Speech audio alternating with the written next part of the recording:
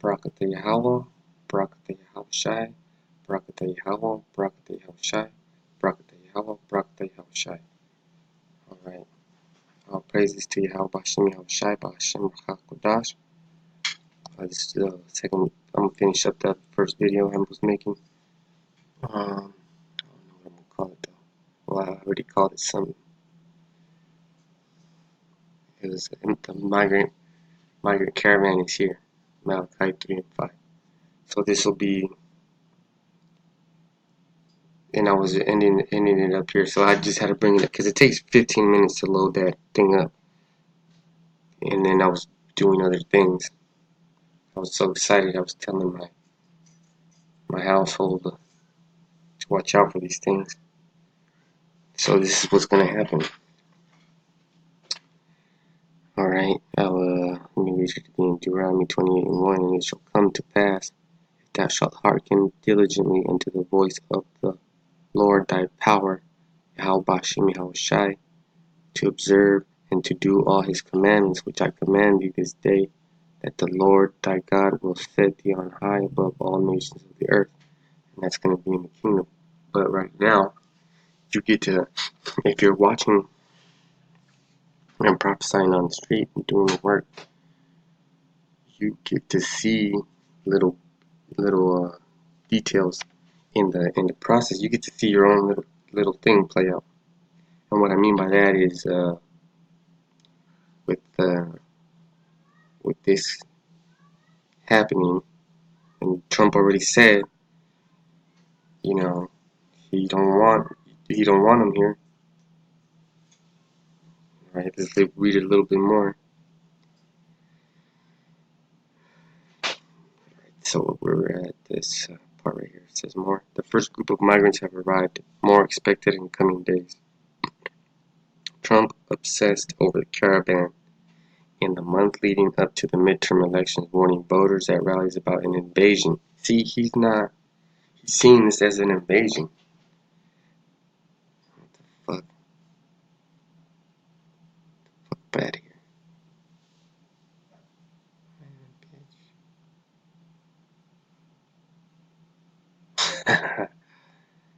Hey, sorry, you crazy motherfucker trying to get me off my block. Alright, back to the story.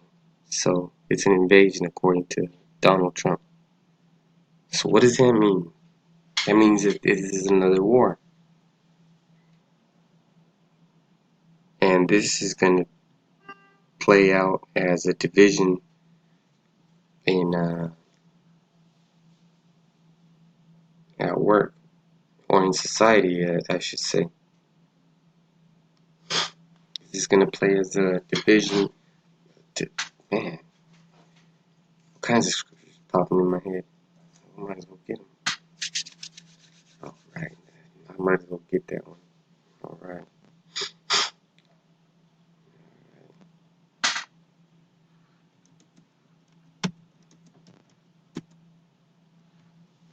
I think.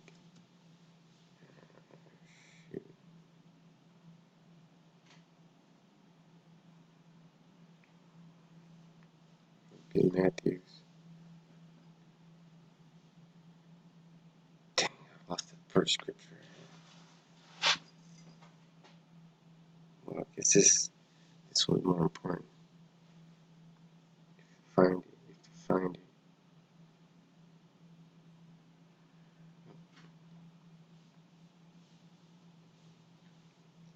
I must say it wrong, spell it wrong.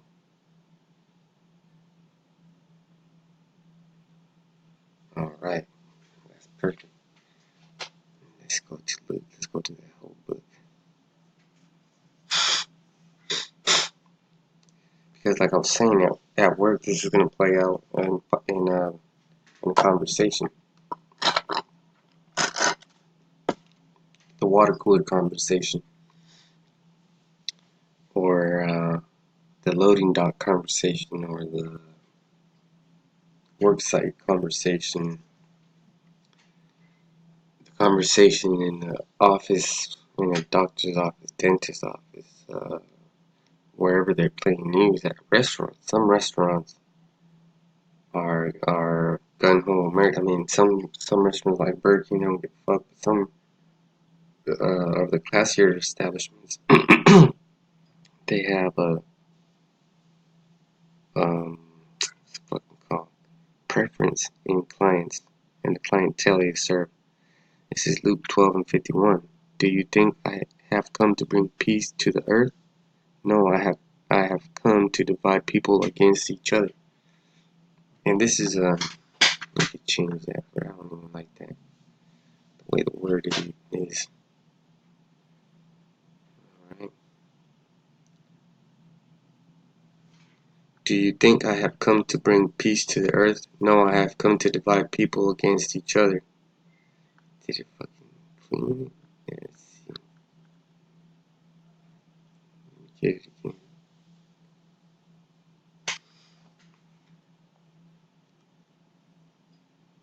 Alright. Luke 12:51. Suppose ye that I am come to give peace on earth. I tell you nay, but rather division. See, that's better. That's better. So you obviously think, if you're a Christian, man, and this is going to be awesome when you see the in your face attitude that Trump's going to bring. He's all for division. He's going to break all kinds of laws. He's going to break. He's going to be the. He's going to be that one that's going to get whooped on Malachi 3 and 5. Going on to the second verse.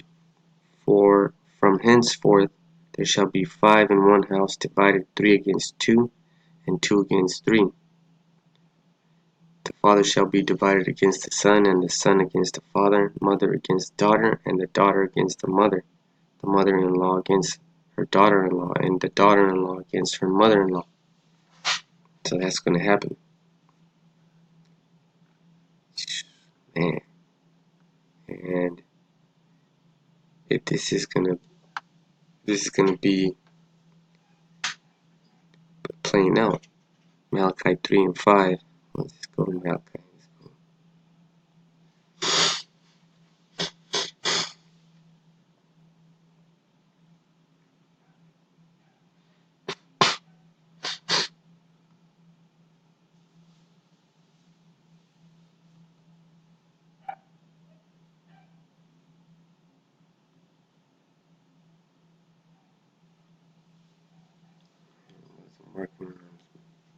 I'm going to see the whole chapter.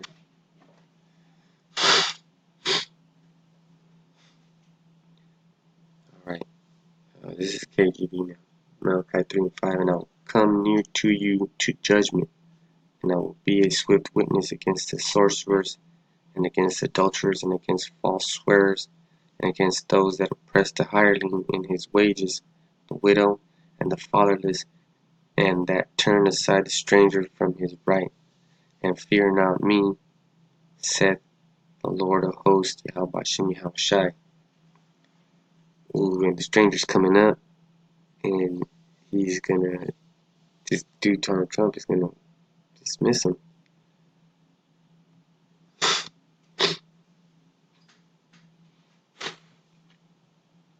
Alright, so I was on that word invasion. Tweeting about dozens of times deploying more than 5,000 active duty military troops. Oh shit. To the border, they're not even supposed to be on U.S. soil. What the fuck's it called? Ah, shit. According to something. Man, it's skipping my mind. But, they're not supposed to be any active military on the United States soil. It's supposed to be National Guard. Alright. And signing a presidential proclamation to suspend asylum for some Caravan members, a move that's already been challenged in federal court. But the president has gone silent about the Caravan since election day, issuing 0 tweets about it and signing his asylum proclamation without any news photographers present, as is usually the case when he announces new policies. Oh shit. Despite his recent silence, Trump moves have created a tense situation along the southern border, with troops lining ports of entries with miles of concertina wire. It's just so you know what this is, because we've seen it by barbed wire.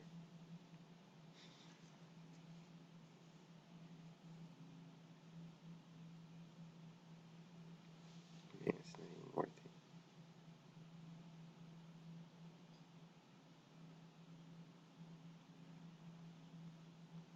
Miles, and who's paying for these things? The good old American citizen.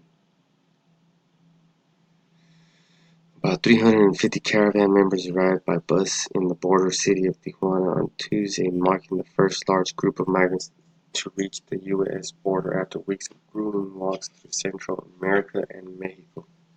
On 9 buses, the group rolled into Tijuana, where members are expected to unload, rest, and then get in line to request asylum, which it's already being denied. The biggest portion of the caravan, however, is still more than 1,000 miles away.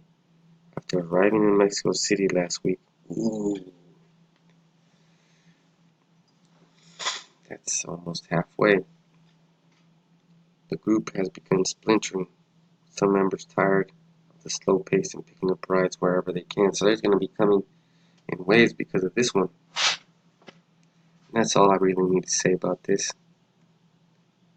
I'll just let the pictures do talking from now on. And these people are coming. Look at this motherfucker right here. The scripture says, call no man father.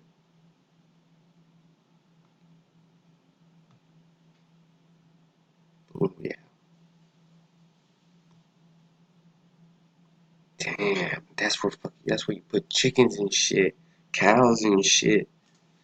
These fucking folks right here, man. That's where you put cows and shit. Man, these people are making a move. It's 50 slides. Look at those coffins, man. They're just getting rides everywhere. Damn, dude, this is deplorable. They're all coming to get their judgment.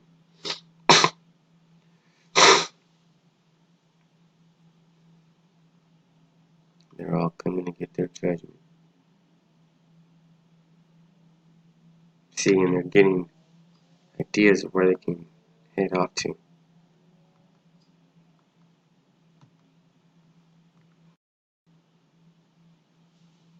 Damn, they're all over, man. Mexico wants these people out of there. Oh, man, it's gonna be a topic of conversation. Look at all those people. Imagine all those people on the streets. Damn, look at that.